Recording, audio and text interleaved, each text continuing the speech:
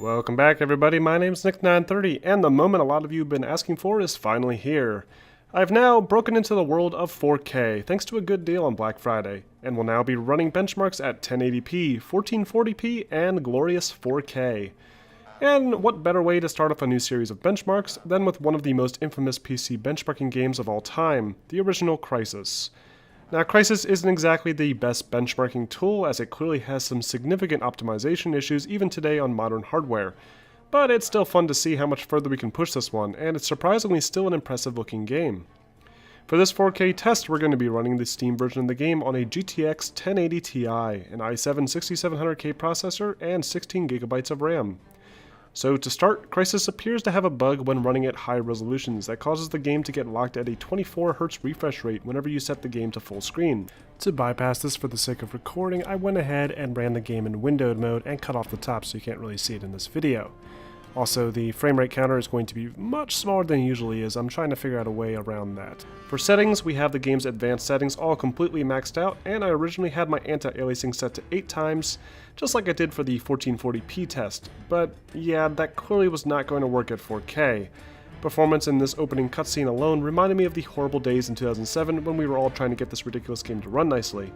So for this video, I had the anti-aliasing set to 2 times, which honestly, even that's probably overkill. HDR does appear to function in this game to some degree, but it seems buggy. I found that messing with settings often caused the HDR to kick in, with colors appearing more vivid and black levels increasing significantly, making it a little bit more difficult to see in the early nighttime scenes. As for actual in-game performance, I ran a classic test to showcase some action at the Bay Area. Yes, I'm using a controller, but that's to try to accentuate a smoother presentation than the typical jerky movement of a mouse and keyboard. I wouldn't bother playing this particular game with a controller normally. Anyway, performance with vertical sync disabled feels a bit more unstable than when vertical sync is enabled, but we still see averages right along 54 to 60 frames per second, with dips as low as 40 FPS in situations with a lot of action and physics-based destruction. This is pretty typical of Crysis, and if you've ever played it before, you'll come to expect this type of performance normally. In terms of actual image quality, I was surprised by how well the textures from 2007 hold up. The game looks impressive even today, albeit still suffers from some occasional bad texture rendering issues thanks to the infant Crytek engine. Water simulation looks excellent, physics are still really cool, and explosions, while not as impressive as more recent games like Battlefield, still feel pretty awesome. It only took 10 years, but it looks like computers can finally run Crysis.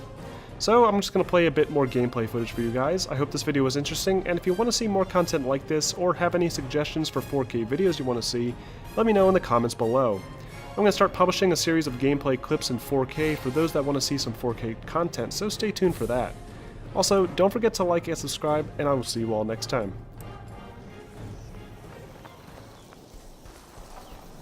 We ran into a KPA checkpoint up here. You're going to need some firepower to get past it. Stock up on grenades if you can find them.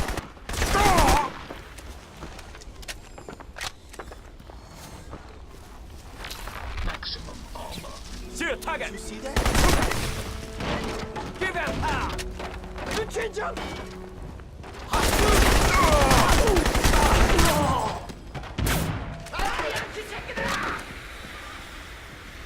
Contact! Take him down.